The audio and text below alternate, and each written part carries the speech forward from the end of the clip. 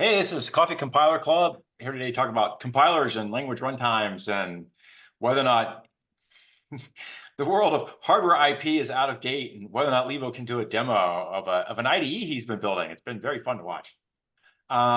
Everyone's recorded. We're going to go on YouTube in a few hours. And I guess everyone here knows it, except maybe Isaac should have known that. I got no agenda. I'm done with my open spiel here. I just have to say you're all being recorded and you know it. That's it. And here's Aaron. And I have a very short AA update for Aaron's sake. In the land of doing mutual roulette rec, polymorphic algorithms, mutual roulette rec, at the time I parse an identifier, I cannot tell whether or not it should be polymorphic let rec or not. Let polymorphism or not, until I have discovered the cycles for the mutual let rec. That means I have to restructure in an AST way how the AST trees show up in the parsing, so I know an identifier is in or outside of a mutually recursive definition, because that changes how, well, polymorphic, whether or not it's polymorphic or not. When I was doing this straight from SSA, sea of nodes, SFA, at the time I found the identifier, I know what it was, except I didn't know yet what was mutually self-recursive or not because I hadn't done the cycle close. So the parser cannot tell this information. And after I moved on and get done with that piece of parsing, the identifier in question didn't have enough information to make that decision later. So I am busy hacking mutual let rec support in AA, so my identifiers can pick up that fact afterwards and not during parse, which is kind of a suck thing, but there it is. You can't leave them as undefined to fill them in later? I don't have enough information. I haven't figured out what is the correct set of information to record such that I can fill that out later. That's the issue. There's probably something stupidly easy to do. I have to tag some backwards pointers and all the, and in the land of SSA form, the identifiers don't show up as a node in the graph. They're just a use edge. So I have to tag an edge, which means I need to put a node in the graph that represents an edge tag and collect enough information on that damn node so that when I'm done discovering my cycles and closing things off, I can come back around, revisit them and say, okay, you are let polymorphic or you're not. That interact with the fact that your types are anonymous and they just get assigned variables? No, it actually doesn't. This has nothing. This is Hindley-Milner all the way. So like if I had types, two mutually recursive functions that I was just storing in a map and I never actually gave them names, it would do the same thing. Close. So I say something like is even is defined in terms of is odd, and I haven't defined is odd yet. Then I do a bunch of other definitions, and then I come along and say is odd is defined in terms of is even. Oh, now I have a mutually recursive self-definition. I can close that. Uses in the middle between those two of either is even or is odd don't know yet what the story is on those two until I find the other half. So in what case is that not just an error? Well, anytime you want forward references and you're writing C code, I'm writing C code. I mean, the mutual recursive thing, right? So if you've got is even both and is odd both defined in terms of each other, yeah, isn't that going to just fail? No, it's a mutually recursive let rec. You can write this in Haskell and ML, and you can probably write it in a closure. Right. Yeah. Okay. So, but I mean, ultimately, it can't produce a valid program unless it's got some sort of fixed point, I guess. Well, it does. Is even calls is odd calls is even. It's a pretty obvious fixed point. Job's done. Okay. Just like you'd write. And if you have a function that doesn't get all of its unbound bindings bound by the time you're done, but is also never called, then you're fine. That's another one. Because yeah, that's dead. A separate one. That's an AA special, right? In this case, I leave a forward ref marker in the graph. When I come around to is odd, I close off the forward ref marker. But all the uses of is even and is odd weren't recording enough information that once the forward ref is closed off, and I can now claim I have a closed cycle of definitions. I can go back. That's one of the fun things you can run into in Python and JavaScript. If you've got names inside your functions, but you don't get them bound by the time you're done, Yeah. and you then call it, you get this runtime exception that's like, Uh, you tried to call an unbound variable as a function. right. Yeah, Runtime right. error. And you're Well, like, this would be like oh, a why is C this a runtime program. error? I write a C program that says is even is blah, blah, blah, blah, is odd. Well, where the hell is odd? Oh, I have to put a forward ref somewhere because it's C. So I put the forward ref in. If you don't later define is odd properly, you get a link error. It says, hey, I couldn't find an is odd, and then done, and you're dead. Yeah. Link error is better than a runtime error. Oh yeah. Oh yeah. No. The Python JavaScript side of things has their issues. I don't want to deal. I'm not doing those. So But yeah, I was just wondering how much you can be inspired by that and just be like, this is function that's unbound because it's waiting for these two symbols to become bound. And both just leave a node that isn't function that's not callable yet. both writing Java and C, I enjoy being able to write the code in any order I like without worrying about it being a forward reference or not. So just fucking close the loop in the compiler and have it declare, it's not whatever. Don't make me write my functions in order they appear in their statements or something stupid. It's just like, oh, come on, guys. I'm organizing my code to make it readable and understandable, not so I get defs before refs. Fine. This is just a sort eventually. Eventually, it's just a sort at the top of a sort at the top level of your definition space. So that's where I'm at. It's like I feel stupid about I haven't figured out the right set of things to go backwards on the damn edge in the graph to go sort it out after the fact. It's easily doable on the spot. So there's something to be done there. I'm working fine. So you don't have so do you have simple cases working with just an undefined pointer and that gets defined later? And Simple has no. Simple has so no forward no, reference. sorry, I'm not talking about the simple language. I'm just talking about like a simpler approach that doesn't require the AST. Yeah, anything that's flowing straight forwards was working. So But if the def is after the ref, like is that broken regardless? Can I just say like instead of mutually recursive, say a piece of code where I hey, yes, call some function at the top level and then right afterwards I define that function, will that work? Or You mean just like put main at the top and then all the things main call lower down in the file? yeah, something simple like that. as long as there was no two function mutual recursion, so factorial and single function recursion were fine. It would work. So yes, you could say, here's a thing, and here's another thing, and here's another thing, and they may reference things I haven't seen before. And then later on, those begin to show up. It would all just work, except for the mutual recursion case. Okay. So how did you do those cases? Not that I threw a forward ref in the graph, just a forward ref node. forward ref node. Yeah, okay. And when it got defined, the forward ref node also went into the namespace mapping the parser was aware of. When you use that name, he discovered you had a forward ref. He told the forward ref you're an identity on the actual definition, and then it would fold away, and you'd eventually get your ordering that you're expecting. Yeah. Yeah, okay. I was just wondering. That was the approach that I took, and it was working for whatever I've tested. But I You don't hadn't do really mutual thought through the recursion, mutual. it's all fine. Yeah, so why does the forward ref thing fail on mutual recursion? Because I would think it would just create two forward ref nodes that each referenced each other and then Yes. would get cleaned up. Yes, that all works. That is not the problem. The problem is that identifiers that are referring back to one of the forward ref guys are either in or out of the definition, which is now spread over multiple statements with unrelated statements in the middle. And it's polymorphic letrec if you're in or out. It varies.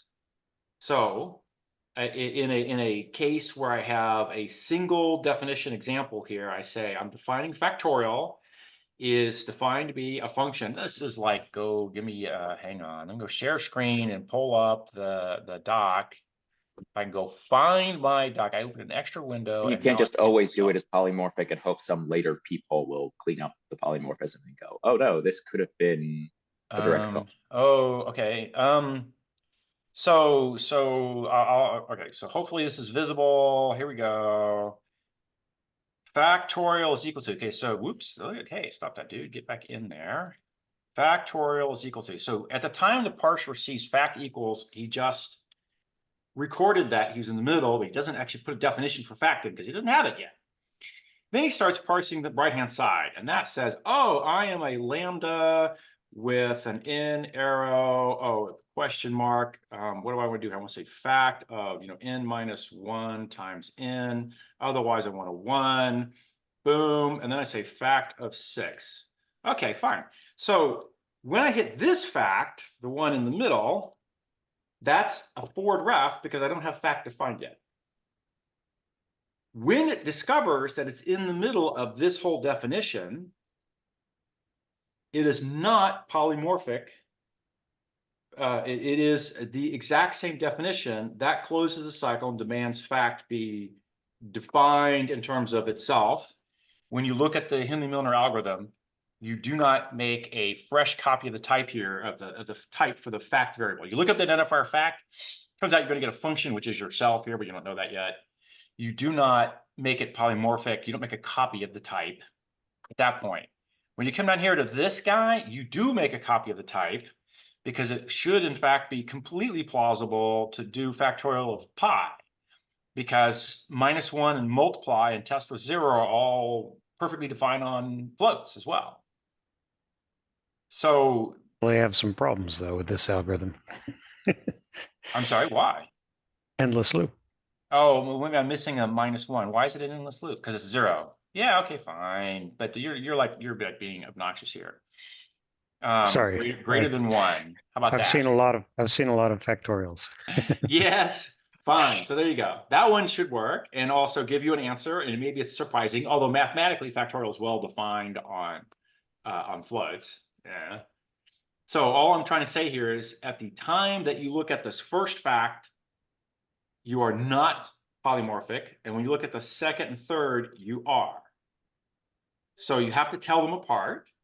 In the land of standard type lambda calculus parsing algorithms, you look up the parse tree and discover that you're in the middle of this definition. You look it up after the fact. You have the parse tree, you're done parsing the whole program. You walk along the tree looking at every identifier, and you look up and you discover you're inside that definition, not polymorphic. Here you go up the parse tree, you don't find a def for fact in the parse tree. It's parallel to you, but above you is just root for here, and again for here, just root. So you are polymorphic. Life goes on. Now repeat this with multiple levels of polymorphism or a mutual let rec. Is even is defined in terms of, I'm going to get this wrong just for Cameron's sake, so quit hassling me. If it's non-zero, I want to call is odd of n minus 1. Otherwise, if you were 0, you must be true. Okay. Then I do blah and, Baz is equal to is even of 5, and bar is whatever, is odd of 3 or whatever. Later I come along and say is odd is equal to yada, yada, yada is even. Right?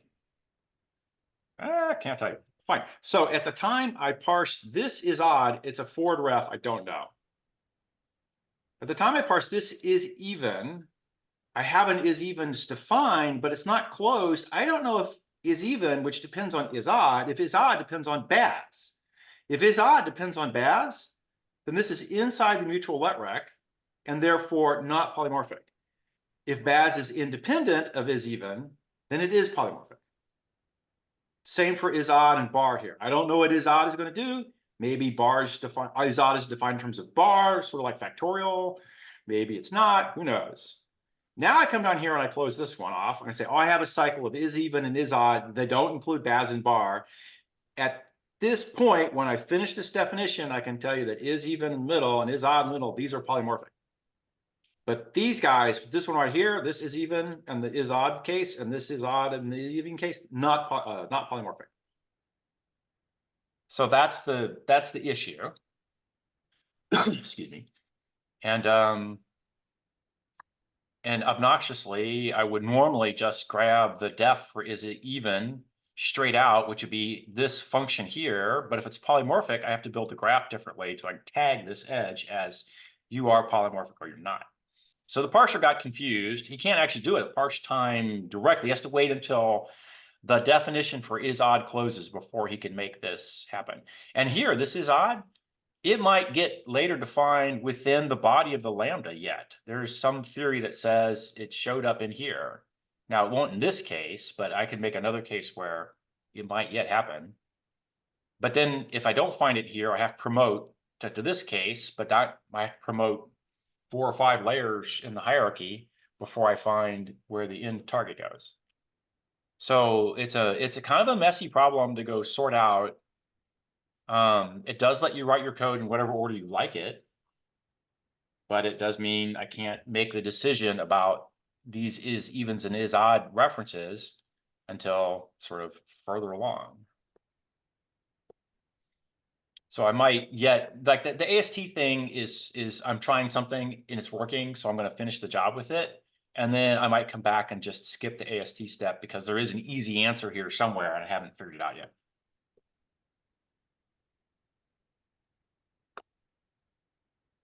So, you know, it's, oh, what tangled webs we weave kind of problem.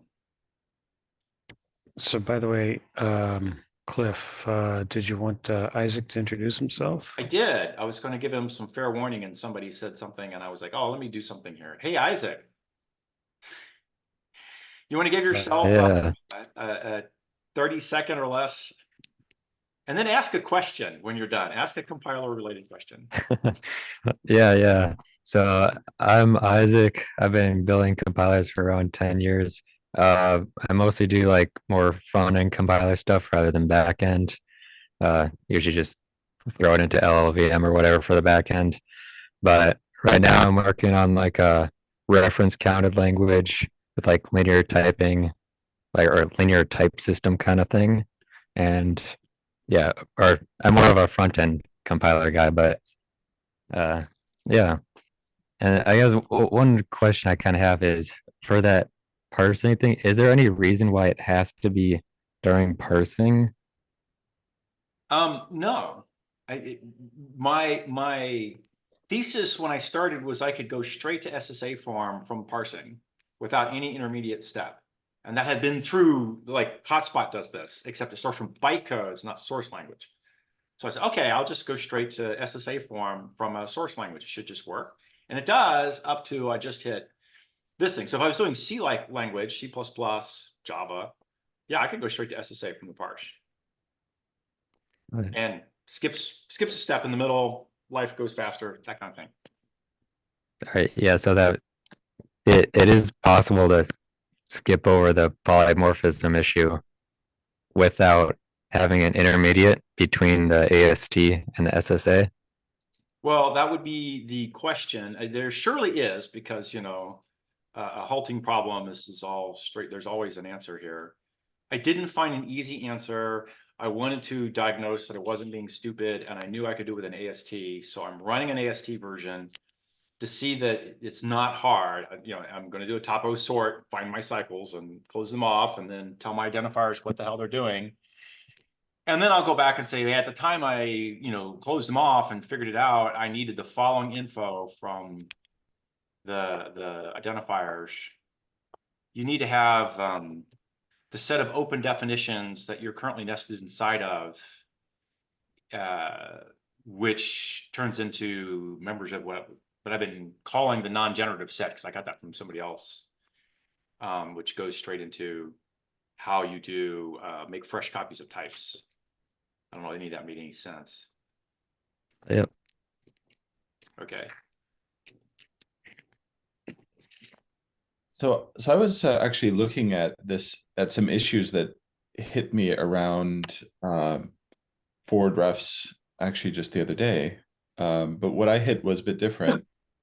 The problem that I encountered was that my calls, so the calls kind of go through a couple of states. They start out, they point to a function pointer or an undefined ref, and so they have no information about their args, and in fact they're not wired up to any parm nodes. And then it goes into this state that I call positioned, and once it's positioned, it's wired up basically. So probably should have called it wired up. And that just means that there's, the call node projects all of its arguments, and then there's a projection. Then there's the parm node is a fee, and it selects those projected values. So selects those out of the call.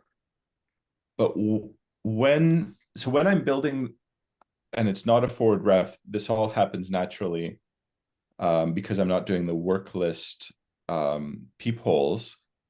And that means that the parm nodes don't immediately see that they have a value coming in from the first call. And then if the value coming in is constant, the parm nodes would replace themselves with a constant and go away. And then the next function call would have no parm nodes. Right. And so, but that doesn't happen in the regular flow, but it did when I was resolving undefines. Okay. So I ended up having to add an additional state to the call node, which I called blind. Yeah. And okay. So the state, the call would go from, not positioned to positioned, but blind, and then to not blind. So, and the blind would just not project the values out of the call. So it would keep them at unknown. Okay. And that way parm nodes couldn't resolve themselves. Yeah. Yeah. And everything would be happy. So that was the thing that I solved yesterday. Yeah, I did it a little different way. I said, prior to running the global optimizer, all my calls, they do a phase check instead of I'm a blind check. And if you're prior, that I don't know who's calling whom, I don't have a conservative estimate of who calls whom. So they claim they have an unknown caller. And the unknown caller always passes the worst possible argument types and prevents all optimizations. So they have an unknown call. So I guess that's very similar to blind.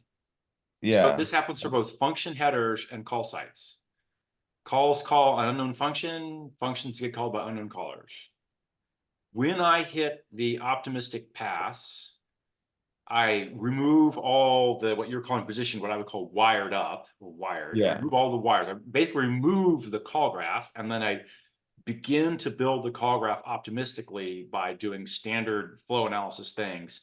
A function pointer arrives at a call, the call targets that function. Okay, I wire that up. Now his arguments flow through and the function gets some valid arguments, and he in turn calls something else with arguments and so on. And eventually I get a best case call graph based on whatever set of things I have available to me at the moment. One of the, and then from there, I now declare that you're wired. And if the wiring includes, there is an unknown caller that comes from root. So root is the linker. So if you pass a function off to the linker, who knows who's going to call it? I'll claim they're going to call it with valid arguments, but I don't know anything else about what they're going to call it with. And also, if you get returned from a root call, that meant that you got handed any old thing, including any function pointer on the planet that the linker could ever have seen. So if your function or your call site doesn't have one of these unknown things coming in, and they're just another alias in the alias analysis, the function indices, there's one reserved for, hey, I'm the root guy, I'm the worst possible function you ever could see. So if you're none of the worst ones, then I might know everything about this call, including it didn't escape to root, it's only called here, it's only called by this one guy, now I'll just peephole inline him and all that. So the unknown call tag goes away after the optimistic pass is done building the call graph. And then I'll see if you're unknown based on what function pointers arrive at a call. Yeah, okay. That's interesting.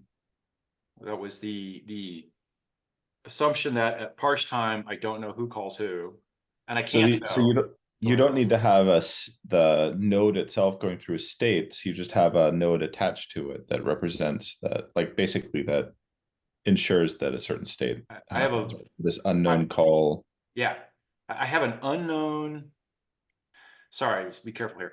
I have, because I do a bunch of shortcuts in order to save on n squared graph edge making. So imagine for a second that I'm parsing functions and I'm parsing calls, and I don't know nothing, and I'm going to bottom up pessimistic analyze.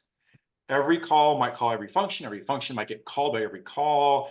A conservatively correct approach is to wire every call to every function and every function calling every call and returning in both directions, and I get an n squared graph growth.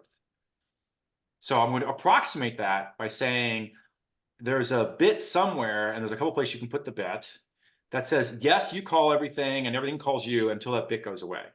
And then I've put the bit in the type system that flows in the values. And when I get to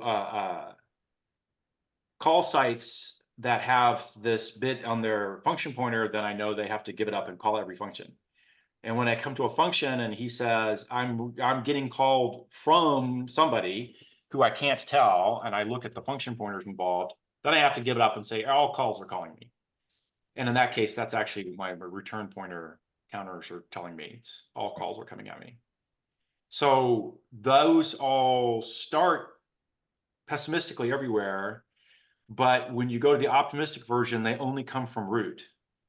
So if root calls things with regular arguments, but they themselves only call what amounts to now private functions, and private functions only call private functions, then I can close you off and say, you never escape this function to root. Root can't call it directly. He only calls whatever your top level public functions are. You do, in fact, have private function pointers now. They're discovered in the type system directly and the like. And then optimizations flow after that. Yeah, okay. So that it's the linker that causes that extra complexity. Yeah. And I do this, I'm calling it linker because that's conceptually what people are used to, but it's actually happening in the optimistic pass that comes right after the parser. I mimic everything the linker might do to me. Yeah.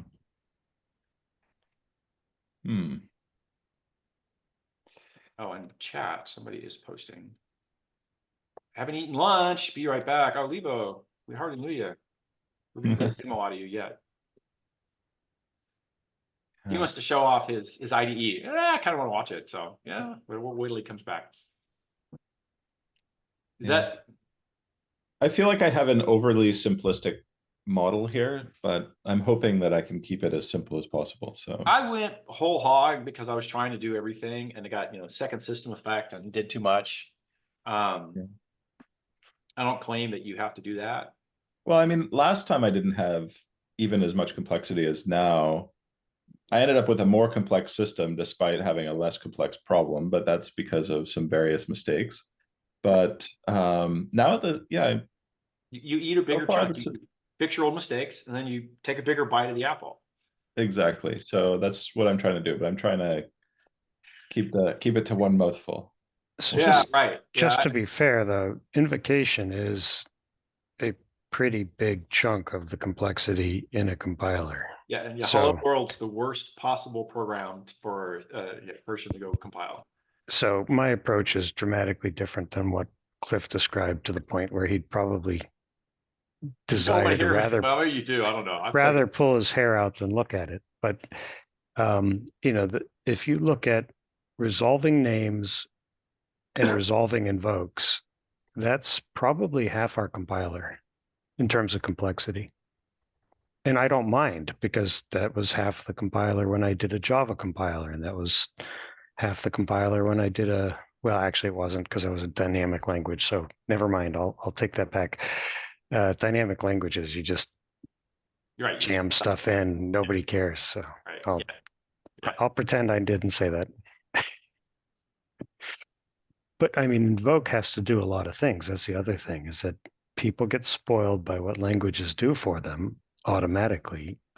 And each of those automatic things has a complexity cost. And this is where Cliff correctly diagnoses, he looks at this as a negative. I look at it as a can't avoid.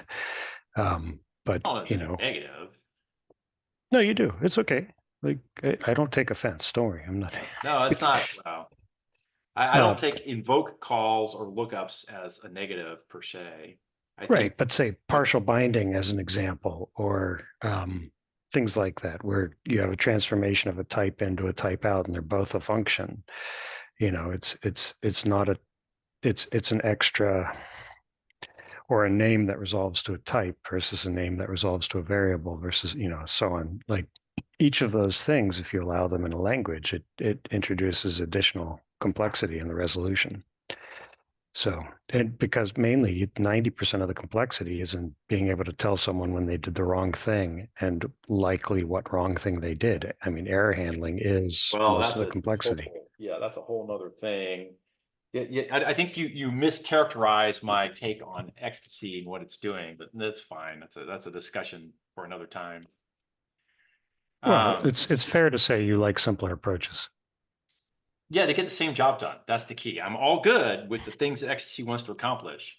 I claim that the back end that you guys have started from and are handing me things out of could be simplified dramatically, and also I'm not doing it.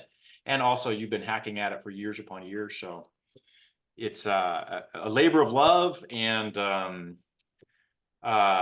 rewrite might clean it up, but now's not the time for that. Fine. Fair enough.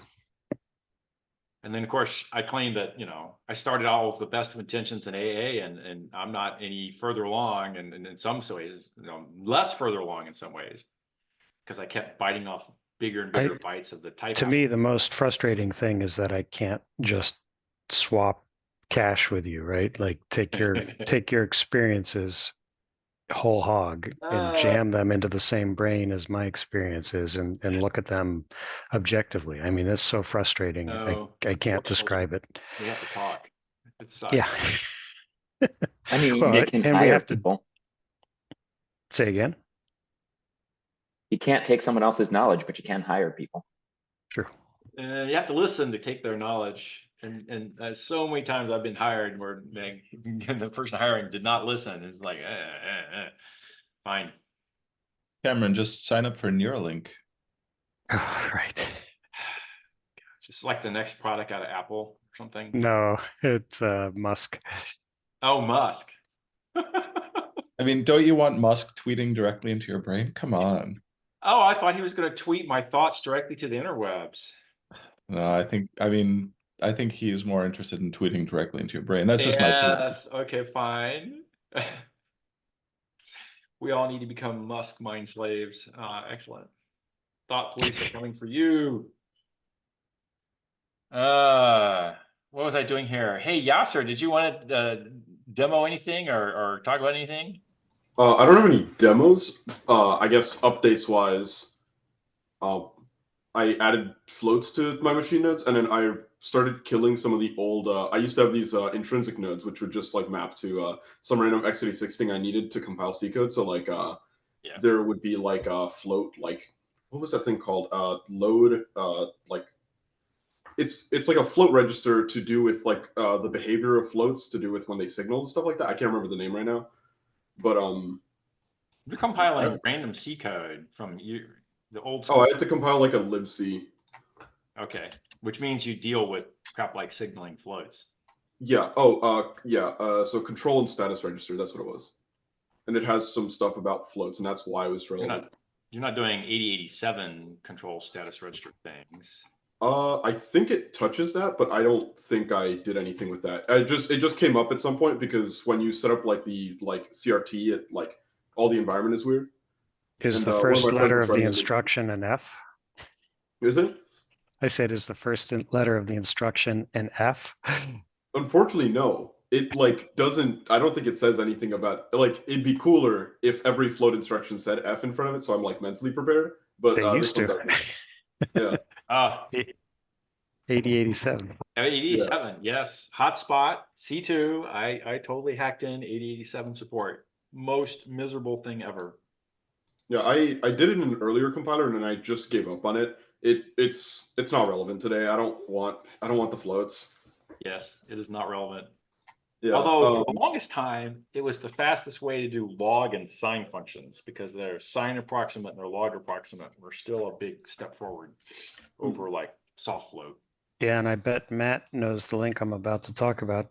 Was it Ken Sheriff who recently looked at the or someone? I just saw a blog the other day on how Intel probably does the sign implementation. because if you do sign correctly, it takes, longer periods of time for each digit of precision you need. Do you know what I'm talking about, Matt? Just saw it the Not other necessarily on. Oh, Matt. day. Ah, there he is. I think he had some trigonometric functions implementation block. I think you're right. I think it was Ken.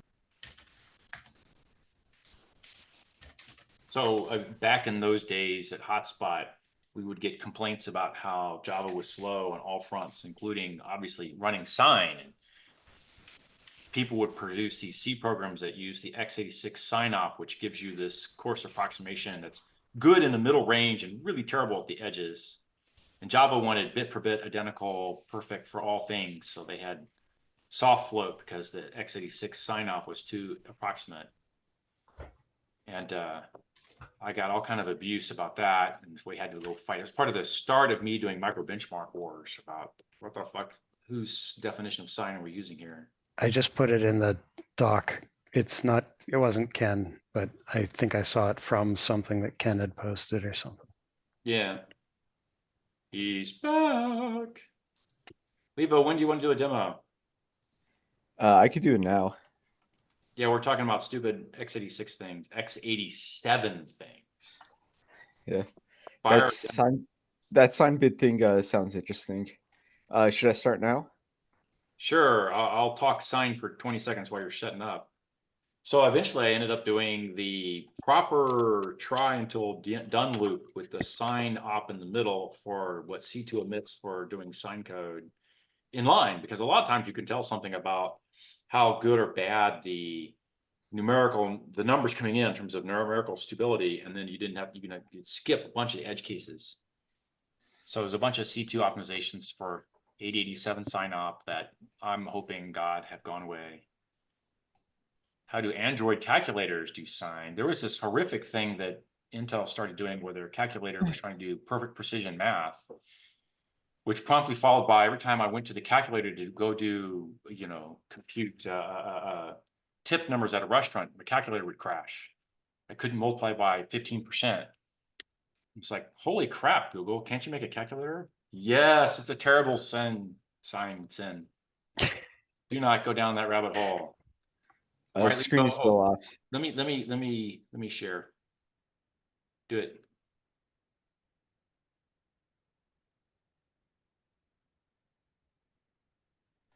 All right. All I know is Ken Sheriff has way too much time.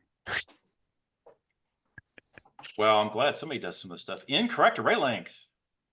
Boom, boom. Okay, so let me just talk about fine for a second. When you get this thing running on Java, where's the discussion to have?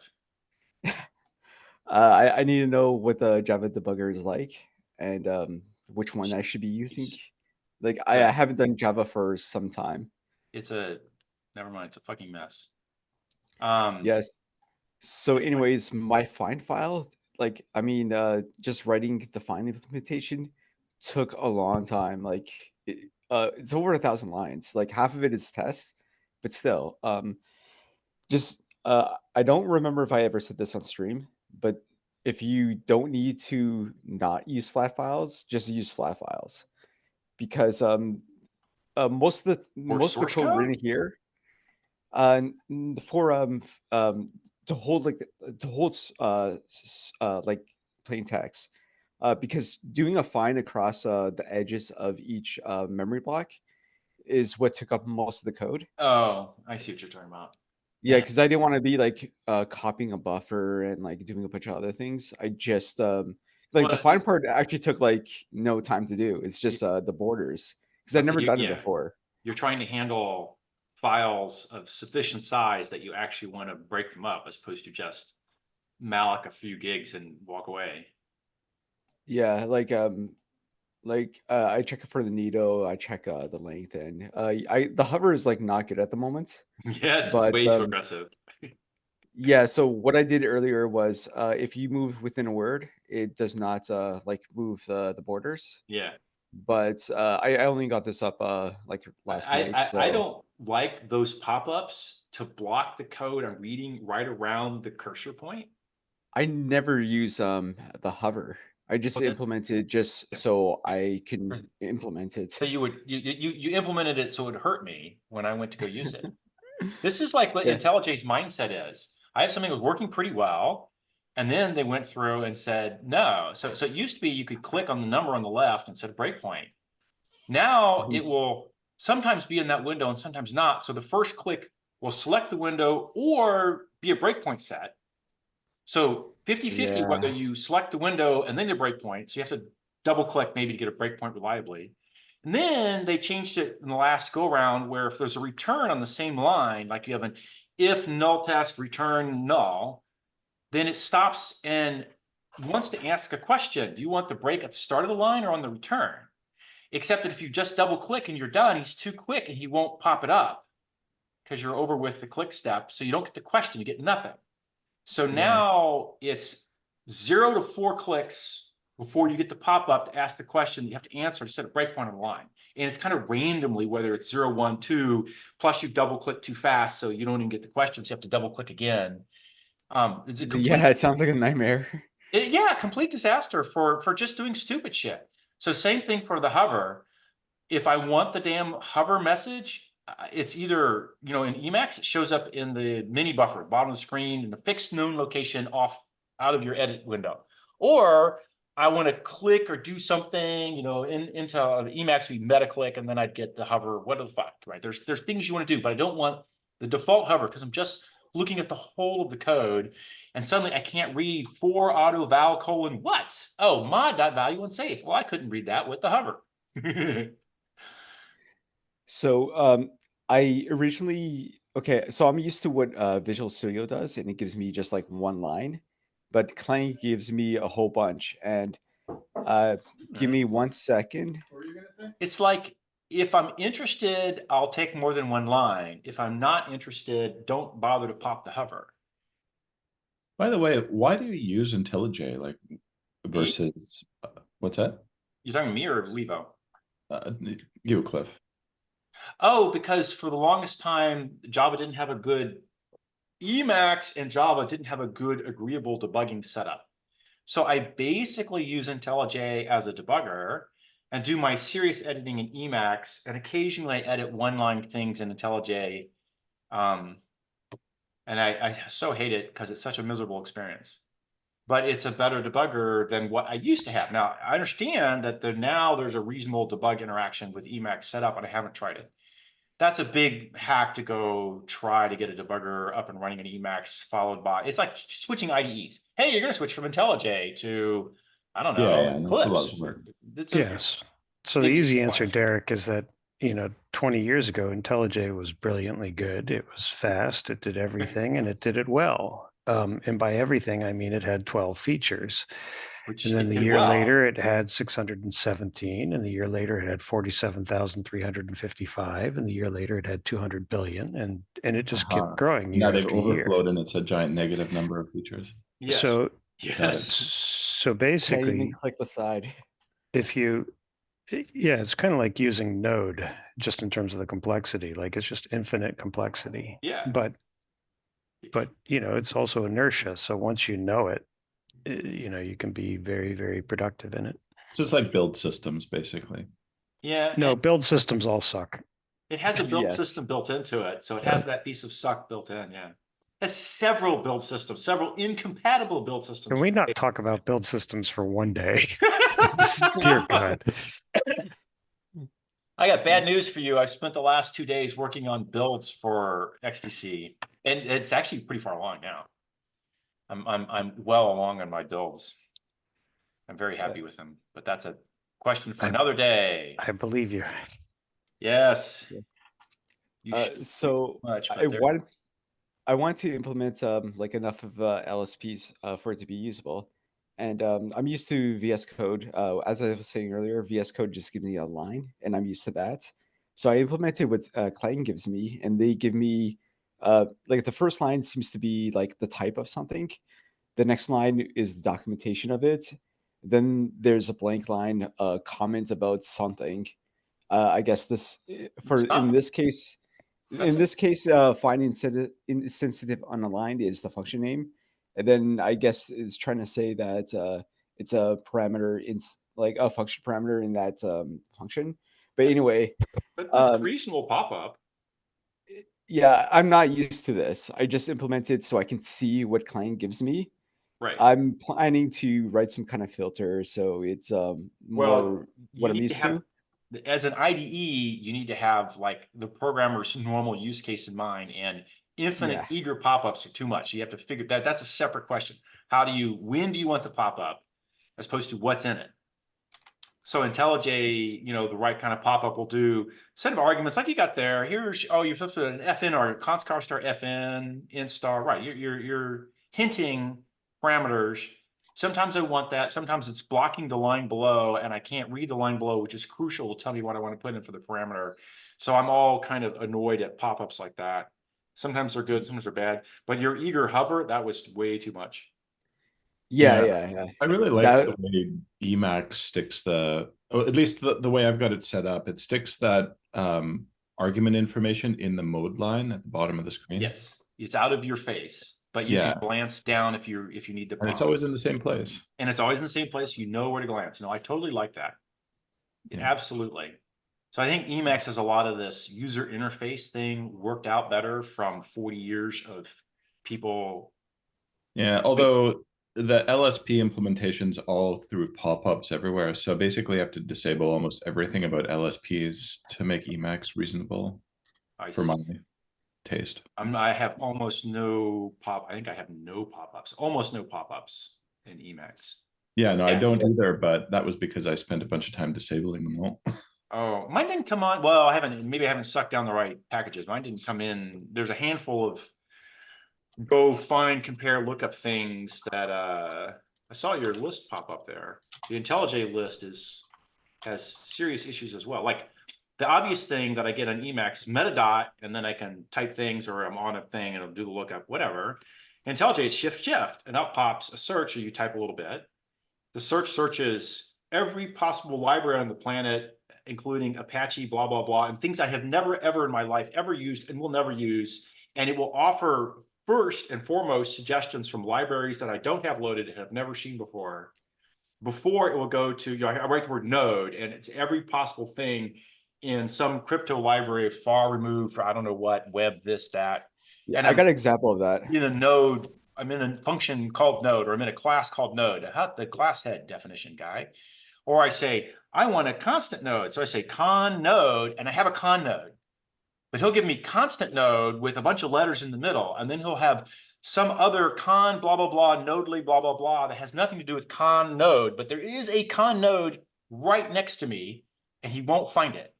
It's just like, oh, come on, guy. All right, I'm looking at what you're looking at. What did you type? So the very first line up here, MAI. I'm guessing you can't see, you right, probably can't see my cursor, but MAI. Right. There's SDL main, but there's a fucking main. Why is it main the first choice? Exactly. And Clang D, that's Clang's LSP, they rank these three higher than main, and I have no idea why. And this is like double the score of main.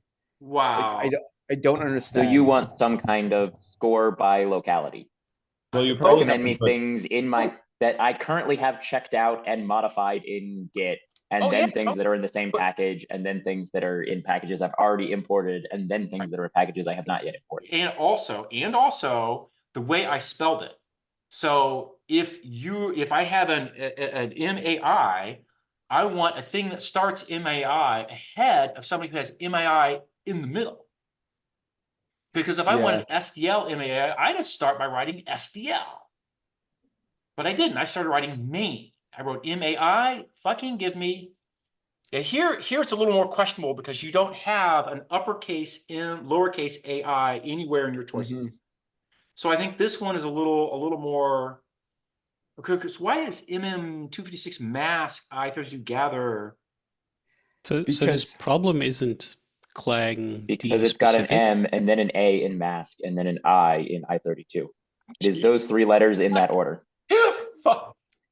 Yeah, It's probably low scored, but yeah.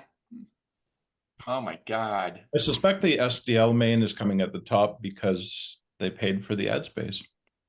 No, this is definitely not how I want my IDE to treat me. Like, I'm not paying money to get served ads in an IDE. Eric, that's not true because we'd have a blue check mark next to it. Yeah, so I won't say this You're is relying not on the ethics of the developer then. A Musk verified blue check mark. Yes. so this isn't specific to Clang, because other language services also Well, do this. IntelliJ.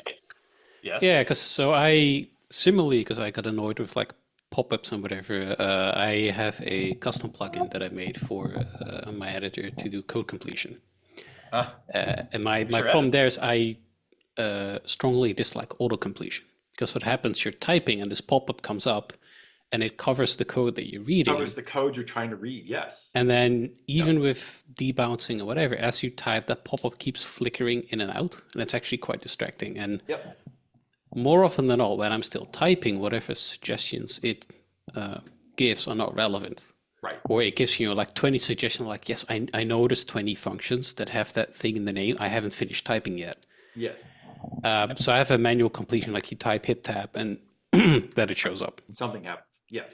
But I ran into this exact problem there, where if you rely on the sorting score that the language server gives you back, it is, I don't know, like for one, the scoring differs per language server. They all have their own choice as how they score things.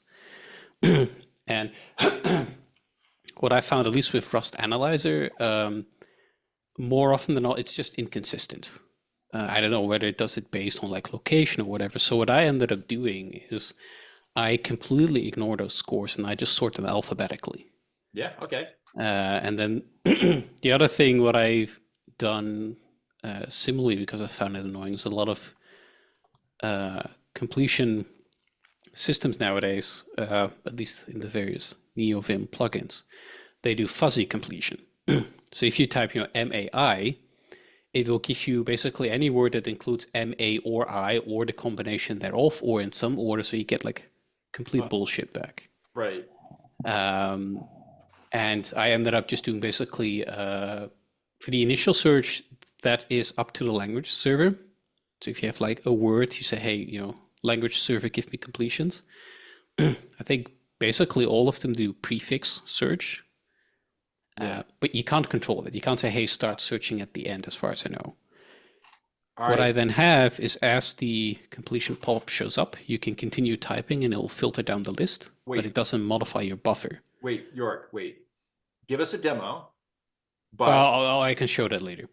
But let Levo do his thing first. Finish, but then because I'll throw up a control S. I'll show up an incremental search for Emacs as a useful search technology for Levo to stare at. All right, Levo, finish up. Or yes. So I just want to show you the score. You can see that. So main over here, it's points 55. Yeah.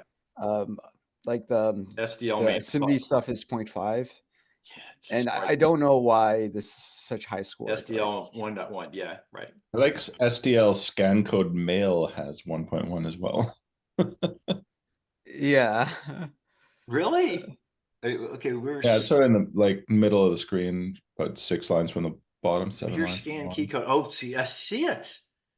It's got an MAI. It's got an MAI in it. All caps. All caps. MAI. Yeah. Wow. All right. So I'm just trying to remember why is my IDE not popping up? Okay, that was strange. Anyway, what I was doing the last few days was the hover stuff. Let me just get that up. I did this. It's really, when you go through so many features, it's really difficult to remember. But well, this is where you get into testing of GUIs. Yeah, it's a own world. Yeah, I also fixed the find stuff. Like I asked the other day if what happens if I press find and then I type. So yeah, I decided on like to double F if you want to. I mean, if you press find and the find bar is not visible, whatever you can just press Control F and then type, and then it will just search whatever you typed in. I think that's what most people would want. But Watch you what guys, Emacs is not what I would want. Watch what Emacs does, and every Emacs programmer on the planet will be like, no, too many characters already. yeah. One character, So when start searching. when you and others said that, I figured that I should have it pending to be very easy. So I just decided for now, just pressing Control F when the find bar is already visible will make it so letters you type will be appended to the find. And I'm sorry, say again. so so there's no find bar. Oh, okay, wait. Now there's no find bar visible. If I press Control F, it automatically searches include because that's the word on top. Okay. That I'm on top of. Yeah. If I type in V, it like does a new word. But what happens is, if I press Control F twice, I can just type in more letters and it would just append to the find string. Or if I press F3, oh, I guess I broke that. Okay, well, yeah. Yeah. What I basically wanted to demo was the hover, the find. The hover looks cool if you could make it less aggressive. Yeah, And jump to this setup for find needs some love because his scores are bullshit. Yeah, I got this more implementation. Like I was hoping I could just use the score from the language server, but no. Right. No good. So I'm just jumping around. I implemented back and forward. So so let's just go to main. You can't go to if main. I hit, yeah. So if I hit back, it'll jump around, and I guess I should have fixed something because I was expecting my cursor to go to mail, but it ended up going to the previous jump. Yeah. Because I guess opening a window doesn't count as a jump, and it should. So I got to implement that. And got to go. Oh, Isaac, damn. Okay. Emacs I'm basically done now. Okay, it doesn't do cross file or cross buffer backspace for the find. It's buffer specific, and actually that's been useful. Okay, I'm going to share myself if I can figure out how to do it without killing myself.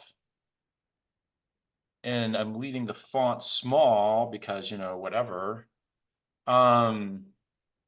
So I'm gonna hit one character, Control S. At the bottom of the screen, it says iSearch, incremental search. And that's out of your space, so you don't have to see it. So then I can type, %.xtc. And if you look at the top, there's some XTC matches as well, but I'm on the going forge only. If I backspace, I'm backing out of my incremental search just the way screen is a bit small. Okay, I was hoping not to do that, and so we'll just go increase the thing. Okay. So now, oh, this is my last search here, whatever. So I'm going to reverse here, %. What here? What's a good percent here? Oh, no, here we go. I wrapped, and you can't see the bottom, so I have to go shrink the screen so you can see the bottom. Yeah, and then it rolled off. Give it to me. Here it goes. How about now? Okay, so %.xt. See, as I type, it's highlighting and advancing. I'm going to hit Control S again. That says repeat this search. There's none. So at the bottom it says failing iSearch. I repeat again, I've wrapped. And then I can just keep going. Now, if I backspace, I'm going to hit the backspace. It unwinds the search piece by piece. And then I'm done where I started the search. So that's all I was trying to show. The incremental thing is, it's whatever I'm typing here, you know, cat, like I got no cats, so it doesn't find anything. Failed over rep search, it'll beep at me, but I've turned that off for the video. %.xtc, boom, boom, boom. So that's the standard. I'm within a file search. And if I want to break out of the search, I use any movement key, up, down, left, right, enter breaks out too. Anything I do breaks it out. So it goes into a mode as soon as I hit Control S. It does it watches my keystrokes and searches as I go. Since, oh, it's just these 2 words since here, yeah. Here I've misspelled respi. And maybe I want to fix that. But I have recipes all over the place. So that's it. As a thing to search, it's very convenient to have just the one character start you on a search. That's I find that very handy. Where's my, I have to go, thank you. And also things about what I'm looking for when I search, about the search itself, show up in Emacs always in the same spot, that mode line at the bottom. And that means your pop-ups don't obliterate your text you're trying to read and all that. And then Derek, did you want to show your variant? You had a different variant, or were you talking? Yeah, I could. Let me share my screen here. Do the font size thing as Yeah, well yeah, here. it's not readable. Better. Yeah, so I can so I'm in evil mode. So I would do with slash to start my incremental search, and Okay. then it's the same thing. So it's down here. Yeah, and I can't read because you have font light gray over black or Okay. something. How's that? Yeah. Okay. So so yeah, so down here, I assume you can see the mode line. Yeah. So I can type, and it's sort of the same thing. So You have one it's a bit character to subtle. start the search, and it's slash. Yeah, one Okay. character to start search. And so I can see that you know, this one is selected, but in Vim it's regex by default. So I can, for instance, do like that, and that's still matching these two things. Okay, so for people who are not noticing, back in the mode line, lower left corner, he's got dots as single characters that are wildcard matches. Yeah. So n equals fun and n equals epi is highlighted as well. And anywhere you're going to have an n equals some stuff, you can get. Right. And so if I hit escape, I'm back to where I started. Yeah. And so if I do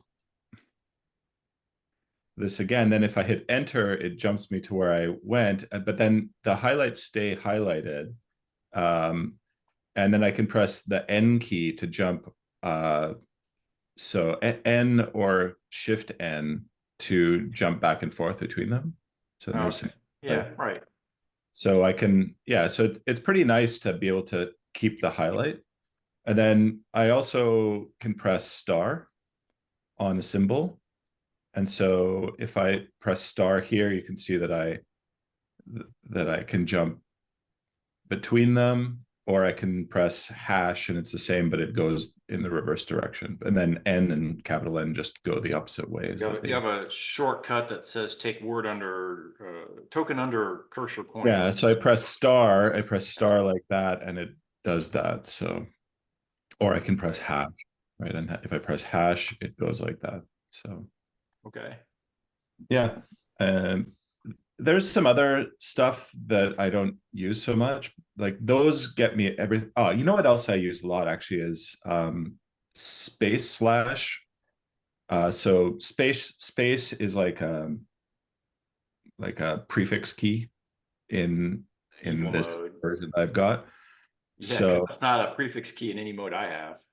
Yeah, that's something specific to Doom Emacs. It's kind of nice, but fine.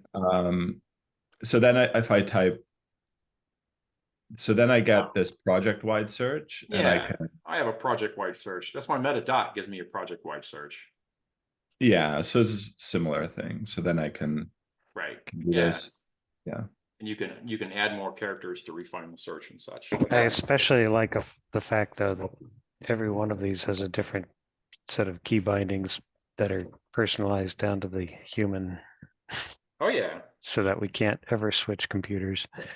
Yes. No, I have my repo for all my settings on Bitbucket or something. And mine are in Dropbox and they're pulled from Emacs directly. So every time I open my laptop, it updates my settings to whatever they're currently at from Dropbox. It's all fine. Do you imagine? I've definitely heard of recruiters ranking resumes based on whether they found Vim bindings in people's GitHubs. And I don't know whether they're moving them up or down or different companies in different directions. Right, right. I'm pushing to get Emacs bindings into XDC now. See, I think what Linux and Unix should do as a kind of out of the box thing is make you name all the commands yourself. So it's like ls, no, I'd rather dir. No, I don't like dir. I want just L because it's shorter, right? And you just go through every single one of them and name it yourself, right? I mean, I alias LL to ls-l. Yeah, one of my friends does the thing where he aliases misspellings because he does them enough. Yeah, I've done that. I feel bad doing that. I don't know why. Because you're But it young and you feels can wrong. still teach your fingers. You don't have the muscle Yeah. memory baked in yet. Yeah. Once it's baked in too far, nah, you're stuck. Yeah. I had LL forever and a day as ls-al.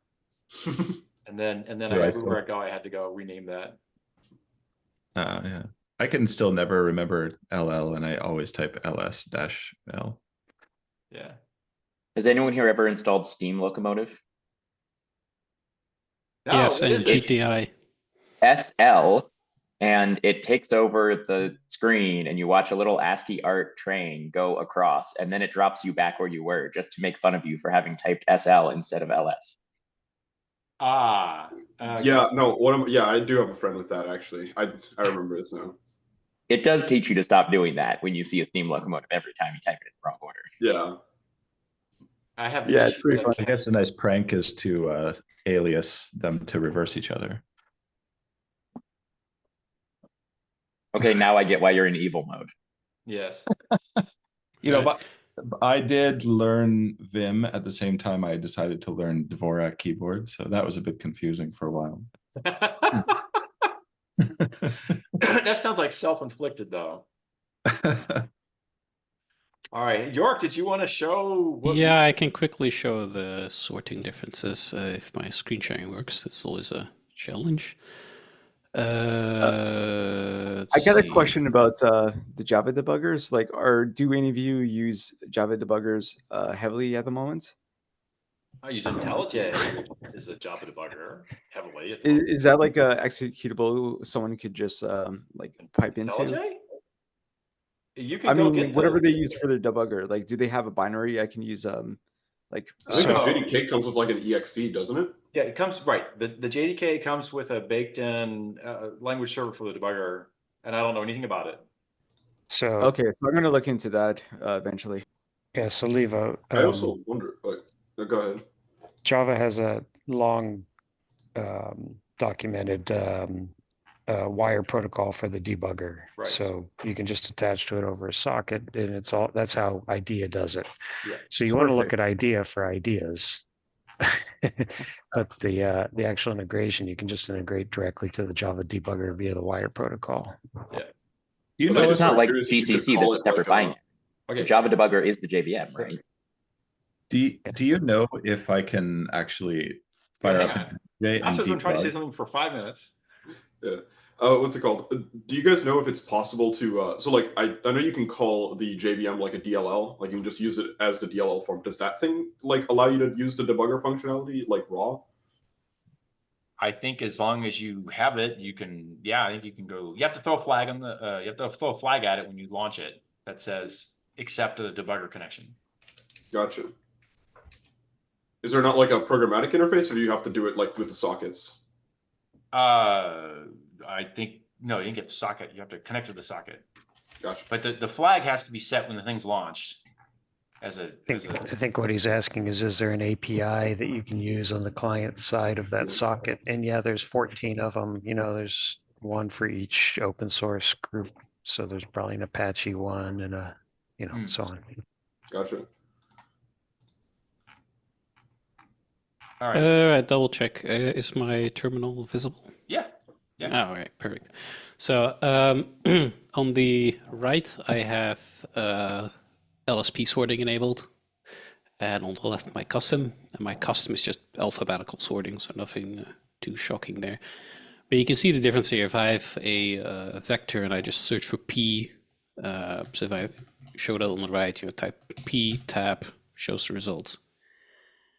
On the right, it for whatever reason, decides to do partial compare, which you pretty much almost never want to use. That's the first suggestion, but okay, whatever. And then it's like push, pop, those are more relevant. And then partition point, which again, not common. So I have no clue what it bases this on. Like, these functions are not used because this is the only buffer open. I have no clue what it bases this on. And then on the left, it does alphabetical, where, yes, because partial is alphabetically earlier, it shows up earlier.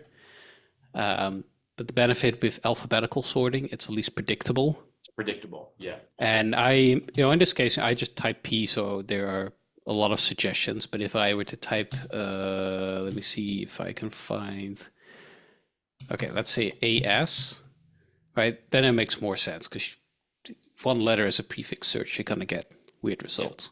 Yep. And then let's quickly see what it does on the right. Here you can see as slice, as PTR, as ref first. Again, as slice is sort of relevant in the context of Rust, but They're not out of control. I mean, if I do the same thing in IntelliJ, I get 500 messages from libraries I've never opened. It's like insane. it gets weirder when you. So in this case, because numbers, it's an instance, so it can constrain it a bit better. But here, for example, on the right, if you just in this case, it's essentially searching for static methods, factory methods, whatever you call them, right? Right. The thing here is, if you look at entry number 4, it says reserve and reserved exact. Those are instance methods. They're not static methods. So if you have to be in the right one. So if I here, you can see it in the suggestion. It says squiggly thing mod self ampersand. That's it. That's an instance method. This is a Rust thing because you can take methods by reference, including instance methods. So the completion is like, yeah, we're gonna suggest those even if you're not operating on an instance. This is actually really damn annoying because 9 out of 10 times when I'm completing, trying to complete through static methods, I don't want an instance method. I don't want to take it by reference. Like, go away. Right. So similarly, I have some formatting where by default, language servers will very helpfully suggest keywords for completion. So you type F, it will like, do you want to complete the FN keyword? I'm like, no, that's 2 letters, go away. Yes. I had that turned off. So somewhere it filters out, it says, hey, if this is a keyword, go away. We basically never need that. So yeah, that's kind of the thing with LSPs. They give you the data. They don't do a particularly good job at making it relevant. That's always amazes me because there's a lot of context here, and they're an LSP. Yes. What the hell do they not have the context for? What I've been trying to do is, one issue I have is you have, say, a common set of types that you operate on, arrays, for example. And there's a common set of operations, like push and pop are very common on arrays, but something where it's like, I don't know, take a slice of the first 4, or these more complex, like partition it, they're less common. Right. And so if they all start with the same prefix, and I type, P, for example, preferably it sorts it by frequency of use. Yeah. So that I can sort of tap my way through it. As far as I know, LSPs do not give you the appropriate information for that, because when you trigger a completion, it doesn't give you, for example, the type info of the thing that you are completing on. It just gives you a list of suggestions, that's it. So when I last looked into this, the way you would have to basically do that is you have to figure out, okay, what is the sort of receiver on the left of my completion, which isn't necessarily directly to the left of the cursor. So here on the right, there's 2 colons, so you actually have to go back and then find basically the word, then say, get the type of that, somehow hash that or whatever, and then you can sort of group your completions by that. Because if you just record them by function name, then the completions sorted for one particular type will also affect other ones that just happen to have the same function names. So if you use push on array very often, but not very often on, a DQ, it will still suggest that first because it just has the function names to go by. So I kind of gave that up because, as far as I know, no proper way of doing this on the editing side of things. And this kind of manifests itself where if I go, why am I not going to the left? Oh, that's why I didn't have mouse mode enabled. So if I have numbers and I It's almost enough to make you give up and believe in Copilot. Oh God, no! Don't get me started. Right. So if Yeah. I wrap it up at some point. We're yeah, we're looking put it this forward. way, it kind of LSPs they give you, let's say, half of what you would need, maybe a bit more, but then for that remaining whatever chunk, there's basically nothing, and that ends up making it rather difficult to have a completion that is actually useful. Right. And like one thing I've done, for example, with my completion, if there's only one suggestion, it just automatically inserts it. It doesn't do the pop-up. And then second, if there's two suggestions where one is a text that just happens to match, and the other one is, I think, a snippet, it will favor the snippet. And that's mostly for fallbacks when you're editing code for which there is no LSP, then it just falls back to word completion in the buffer. And you have these cases where if I have, the word FN, but I also have a snippet called FN, I probably want the snippet. LSPs basically, they don't do much in that regard, at least not in a sort of standardized manner. All right. I think we're beating this horse pretty hard. Is there something else to bring up here? I've got some random bits that I wanted to ask about. Fire away. So one of them was to do with, at some point, I was going to ask you about profiling stuff because I was doing the WASM JIT, but then I didn't come to Coffee Compiler Club because I was probably sleeping. So Sleep's good. I think I've got those questions laying somewhere around here, so let me get them. It was to do with questions like what do you do? So do you just go up in like profiling tiers, and then so at some point you do like the profiling tier where you record a bunch of stuff, and then you reach the point where you say, I'm comfortable with this data. Do you ever go back down unless there's like a deopt? I guess like is deopt the only way that you go back down profiling You're tiers? talking about the hotspot JIT. Yeah. Yeah. So yes. So the interpreter always profiles very badly. Mm-hmm. So he counts ticks in back edges and entries at a method granularity, not counting any inlining. Gotcha. He might skip counting on accessors. That would already be half the cost of the accessor. C1 always, when it's run in tiered mode, C1 and that's at Azul, but I think the OpenJDK does C2 in tiered. The tiered version always profiles, and profiled in an optimized code is like 10x faster than profiling in the interpreter. I mean, the actual profile overheads themselves are 1/10. But once you switch to the optimized version, you're not profiling until, like you say, a deopt. Then you switch to the old code, which presumably is a good version of C1 or C2 in profile mode versus the interpreter. But then you're profiling because you went down a tier. So the down tier code always profiles, the max rank tier does not. You get back to profiling again when you fall off a max rank tier. Gotcha. We tried things where we periodically forced profiling over time, even from max rank, but it didn't really seem to help in general.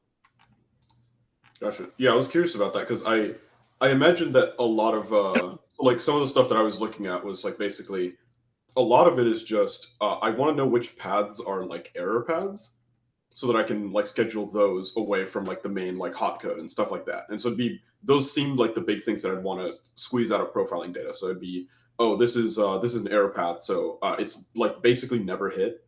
And so throw it all the way to the bottom of the function. And code layout wise, you put like 4 hot blocks next to each other or something like that. Right. So that information mostly comes out of a hotspot sort of directly, because either you've taken a try catch, you're getting a throw, and you got a catch block, and already that's probably already low, or it's typically you've never been there.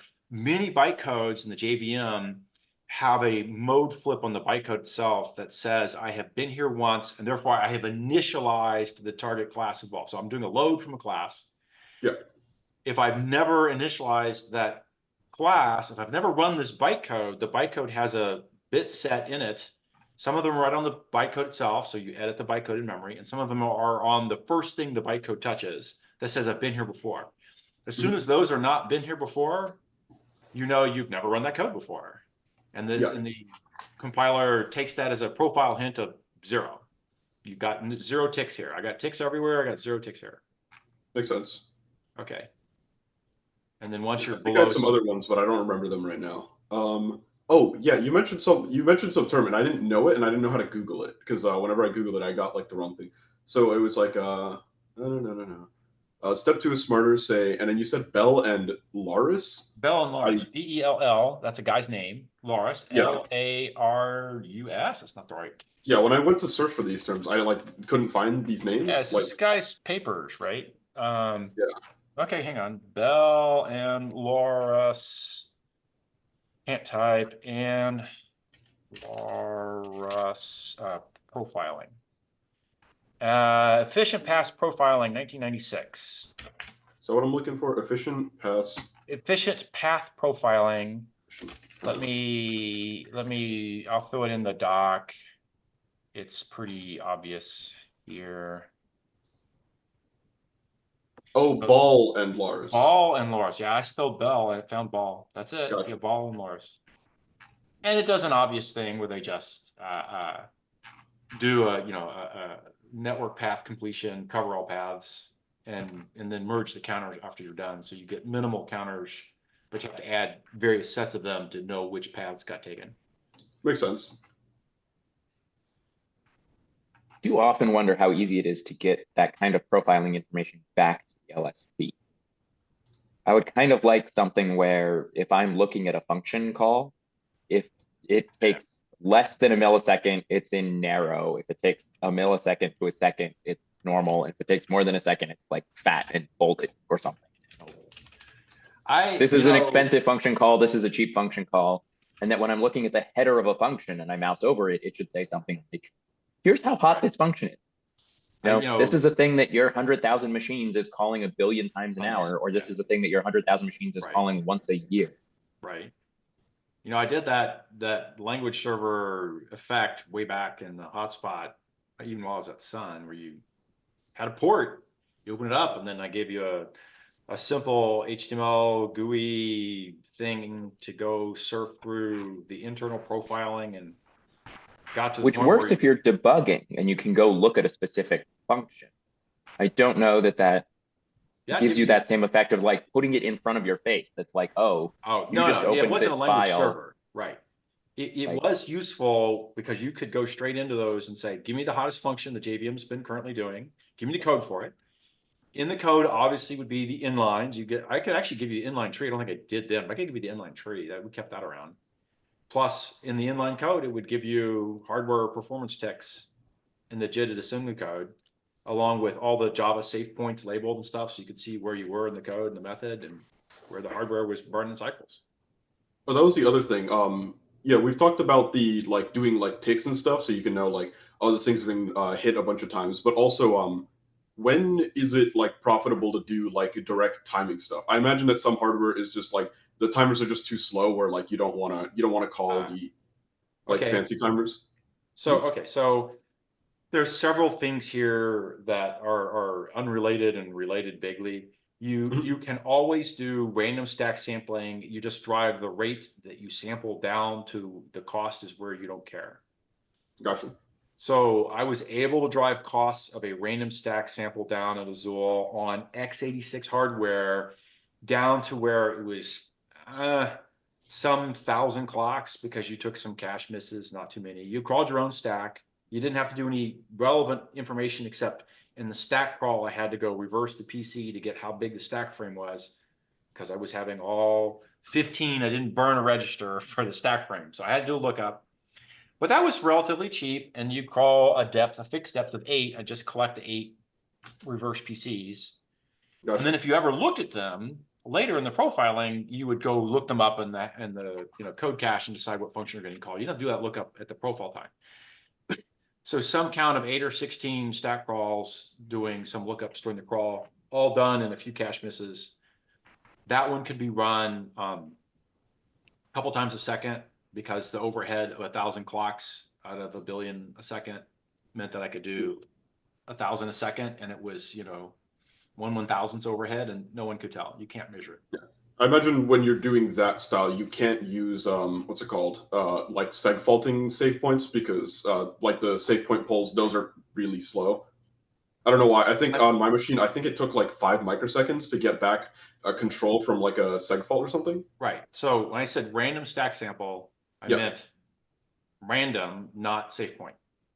Oh, okay. So you just like wait, you just like ask the OS to pause it and then see what's there? No, I didn't even pause the fucker.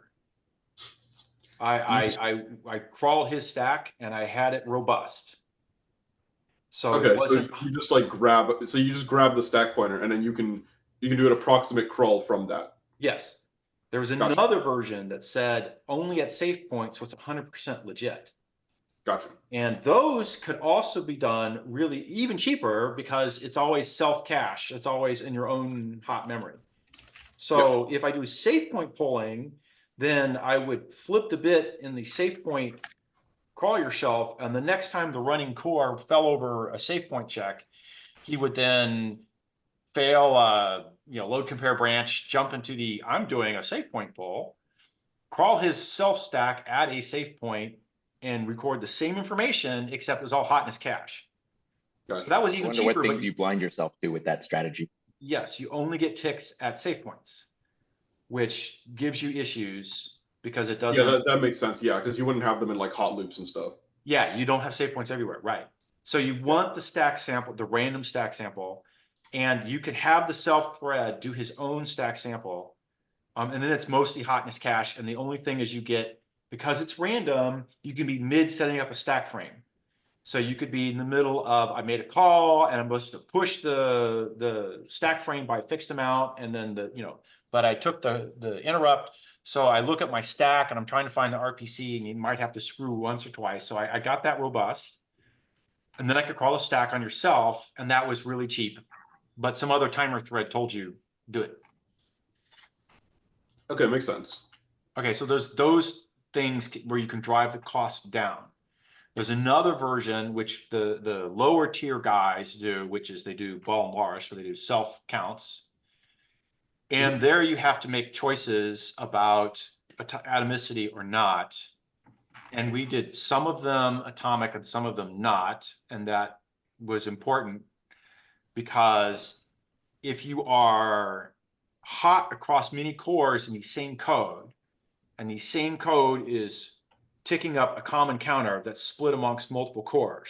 So I'm doing, in H2O land, I'm doing big data math, but if anything that starts life by saying, spawn 20 worker threads and go do work, and the work is semi-related, they will all be hot in the same code at the same time, and all 20 threads will be burning away. And every server on the planet looks like this. And then immediately that you get cache line ping pong issues and cache line drops issues. And as long as the threads that are running are fairly infrequently bumping the counters, you don't drop too many counts. But if it's really hot and we're all doing the same thing, and it's very common at the start of doing something big, everyone's doing the same thing, then the drop rate on the counts goes basically to infinite. You drop all counts. You get 1 count per cache line ping pong, and all other counts get dropped. And so all counters, however frequent or infrequent they would be running, flatten out to be the same progression rate. They increase at 1 per cache miss, independent of their actual execution frequency. And so you don't get good relative counts. You get only flat counts. All your loops look the same as all your function entries. Everything's called once, passes through once, divide by 10,000 or 100,000 or whatever you stopped at. So the key with that one is you can't trust the counters, the non-atomic counters, if it's super hot. If it's mildly hot, they all make sense. And you dropped a few, out of big numbers, you don't care. Statistically speaking, it's all the same.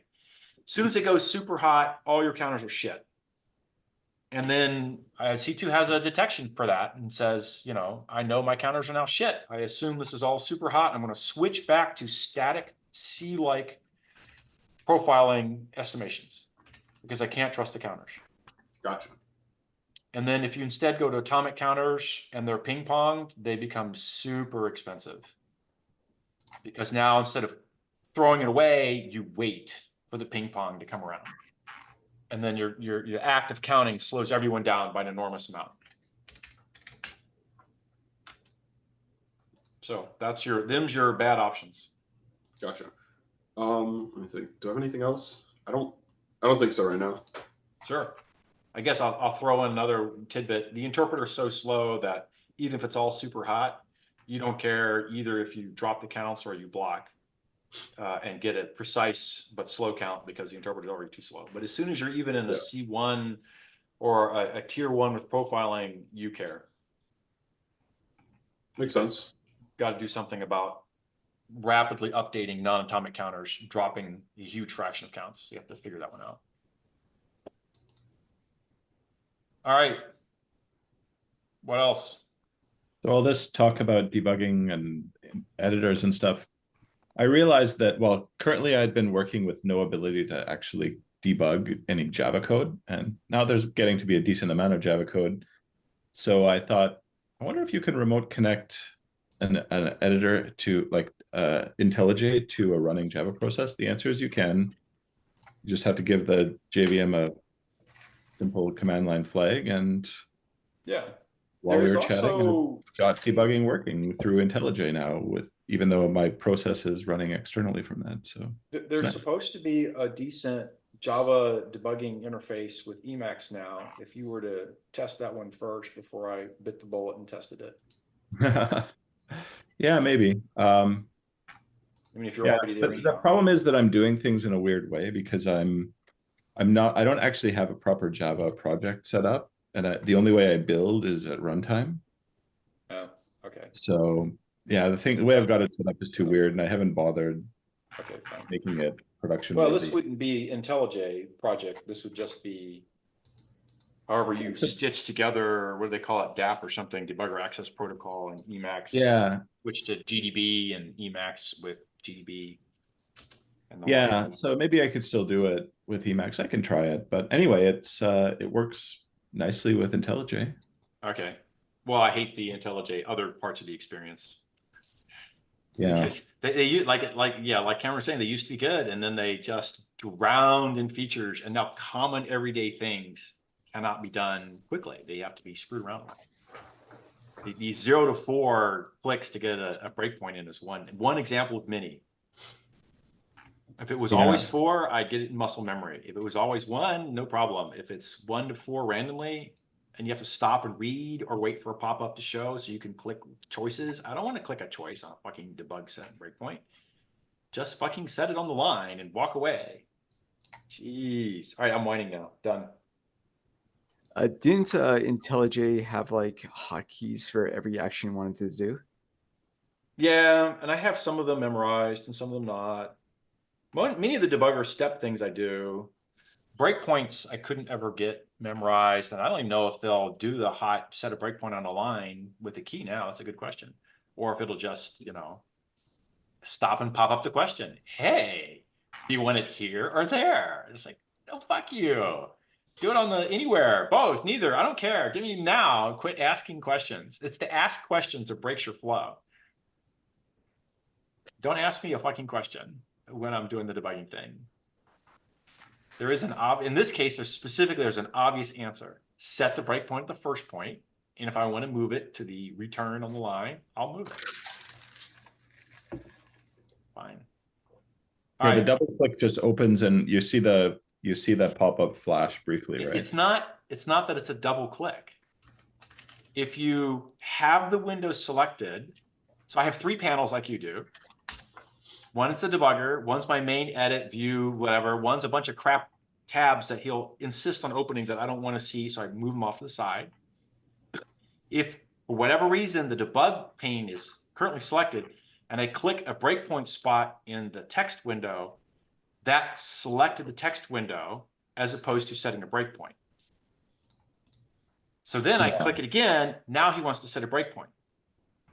Okay, I think that must be a difference between Mac and Windows, because even if I select a different program entirely and click it'll add a breakpoint with one click. Okay, I sometimes get one and sometimes I don't.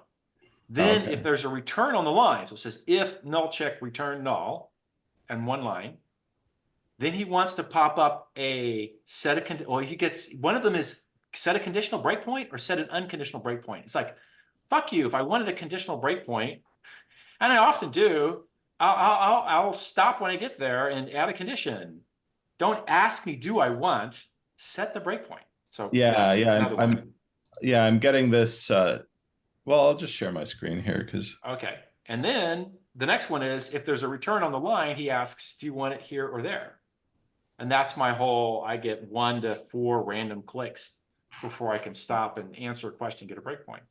So if I click this, I get that thing. Right. But this would actually be okay if the default came up so that it was centered under your cursor. Right. Yes. Now go to somewhere elsewhere in your code. But if you do it like here, like this function. Yeah, click on one of those. That one's I'm okay because that's already selected window and you clicked it and it worked. Add an if stupid, return stupid anywhere. Yeah, so if I go back and forth, then I can. Yeah, you have to do an extra. If I leave the program, I don't know if you can see that it's unfocused. See the cursor's not clicking, not blinking. Because it's not focused. And now if I click, it seems reliable. Okay. First click. Then you don't have you have a throw and he doesn't ask you about the return. Yeah, if users null throw. So in front of that, put if users null return null, which is you don't want that code, I understand. And you'll delete it later, but that's going to find the experience here or change that return null, comment. Yeah. You probably have to put a / to comment into one. Yeah, so you now have to answer a question. Yeah. Nobody would write code this way. What, return null instead of throw new runtime? What are you talking about? I'm looking at you do it. Yeah, fine. Yeah, no. This one works, but yeah, if you do that, if you compress a return and then throw on implicit else, then you have to stop and ask a question. Right. And I'm like, the first thing half these functions do is say, if some stupid thing, return null. The obvious thing there to me would be to set the breakpoint in both places. Oh yeah, anything. Don't ask the question. Anything, any of the choices are good. Set it in the first place. Set the return's kind of stupid. Set it in both was fine. Same for the set it conditionally or don't set it conditionally. I want it to set it unconditionally, and fucking I'll right click on it and say make it conditional if I want it conditional. Yeah. But the whole stop and ask a bunch of meaningless questions just breaks the flow of the debugging. Yeah. Well, I'm here. What the hell? Set a breakpoint here and go. And stop. Wait. This question. No, wait. Breakpoint. I have had places where I've clicked like 5 and 10 times, literally, to get a breakpoint to go. And he's just like, do. I'm too fast. And he pops up the question, then decides I've already clicked and I didn't click any of the choices. So he throws the question box away, but doesn't set the breakpoint. And then he doesn't even render it. So I don't get it. If I'm slower, I get a flicker and I can tell that I'm too quick. But if he's being slow to change windows because he's running whatever and I click, whatever, then he flickered. He didn't even flicker. I got nothing. And I'm just like, dude. Yeah, if I double click when in one that asks the question, I get the flicker. Yes. Sometimes I would get the flicker and sometimes I wouldn't even get that. Mm-hmm. Well, I can't maybe it would flicker and I'm looking somewhere else and just missed the flicker. But I didn't get a breakpoint. Well, the flicker is not that helpful or useful anyway. Yes. But I didn't even get a warning that I got the unhelpful answer. All right, fine. It seems like there's probably someone who's written a plugin that fixes this already. Let me know if you find one. Or a setting that says, don't ask the stupid question. Where's the setting? I just searched the settings. I didn't see anything, but yeah, it like appeared within the last 6 months. I completely forgot that you don't use Emacs to debug Java. I do not, because I don't have an Emacs debugger connection. There is one now. The prior ones, as of some 5-10 years ago, were all fundamentally broken. Apparently someone believes there's now a good version of the debugger protocol hooked up to Emacs, in which case I should flip to using Emacs to debug Java code. I have not, but I could. If you ever find out if VS Code gives you a satisfactory debug experience with Java, let me know, because I could look into the debugger, but it's the same problem with changing IDEs for anything. You know, go to Yeah. Eclipse from whatever. It's a big stiff jump. So I'm likely to pick Emacs versus VS Code, but we could ask the question of the interwebs what people think about. Does VS Code debug Java? the problem is you get answers from 2 years ago, you get answers from 6 months ago, both using different software. You just don't know. Right. Yeah, VS Code claims they'll do it, and I've never used VS Code, so I'd have to go learn that one as well. And it could be a better experience. I don't know. The one in Yeah, 'cause- IntelliJ was okay and has gone downhill. I didn't implement DAP, but if people tell me that it's good, I'll try to. But right now, GDB is like all I need, but I don't do Node or Java, Right. I get it. and I don't do C# anymore. But yeah, that probably covers that too. Oh, actually, go here. Now I see VS Code claims they do. I don't know how to review it. Emacs and DAP Java. See if something comes up. Here is exactly LSP Java, DAP Java. It's not in Melpa, but it's certainly right there. That's actually fairly recent too. All right, it's alive and well. Configuring DAP Does it say mode. Red Hat? I believe I saw something recent with Red Hat, and that's why I didn't want to look at older results. No, But I should talk to someone. I don't want to like Google it because well, I want to usually understand it Google better. 4 or 5 things and then look at their dates and then read, see how sane they look and stuff, and then find something that's relatively recent. Then I might be interested.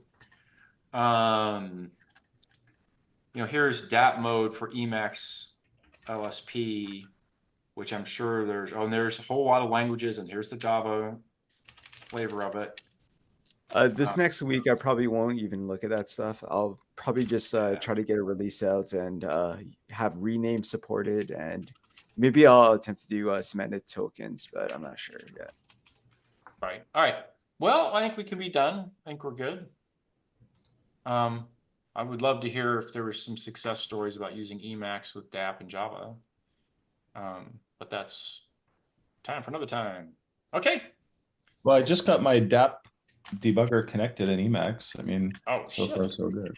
Well, okay, fine. But I'm not going to be able to live discover this. I should start live streaming if I'm going to do that. I don't think I'm going to start that just yet. I don't know. I live stream 3-4 times, whatever, and I get a simultaneous list of like 5 or 6 people. It's not very many. And I get 3 questions over a 3-hour session. It's like, I'm not certain it's worth it. Yeah. Well, I hate drawing. I watched a bit, and one thing that it made it hard to engage with it because you don't actually say anything when you're starting out about what you're trying to do. So like I would sort of watch, not that I'm connected at the beginning anyway, but like when I watch the replay, it's sort of like it's just starting in the middle. Okay. Okay. Good feedback. Thank you. Yeah. I don't know what the hell to do about it. Yeah, well, because I don't know what I'm doing when I start, and then I'm like, oh, what am I solving here today? Oh yeah, and then I slowly figured out in my head. I guess you're saying you need that talk. Well, I mean, I guess there's going to be people who join midstream, and it comes and goes. Yeah, midstream. Yeah, the people totally most people I would think are going to be watching it on on YouTube afterwards. Yeah, right. And I don't know. I get 150 views or something like that. So somebody's watching it. I'm like, you're kidding me. Okay. I got a request this morning, to go change my Emacs font. Now I go to the double font that I use here. They wanted a different font. Why? Did they say why? They couldn't read it. They said it wasn't readable. Oh, And I don't know. I've already done the resolution fix. Like the first time I did it, people like hassled me about fixing resolution. You mentioned it too. And I screwed around. I got a whatever 1940, whatever, a common screen resolution yeah. so that you wouldn't have any scaling artifacts. Okay, fine. And then I went to that 14-point font from my usual 9-point. Okay. Now you want what? 14-point bold. I think programming on a smaller window would just drive me crazy. That's Oh, I am. one. I don't even like doing demos because everything's so small to me. Right, exactly. Yeah. When I go about, to that stream mode, those windows, that's like 1/4 my normal debug development space. yeah. Yeah. Normally I have a big screen at home, but I work from a cafe at least 2 or 3 hours every day, and I just have my laptop. All right, so you're settled in a little bit there. Yeah, I have to cut half the screen and double the font, and so that's 1/4 my viewing area. Yeah. Fine. All right. I think I'm done. Until next week. All right. Bye-bye.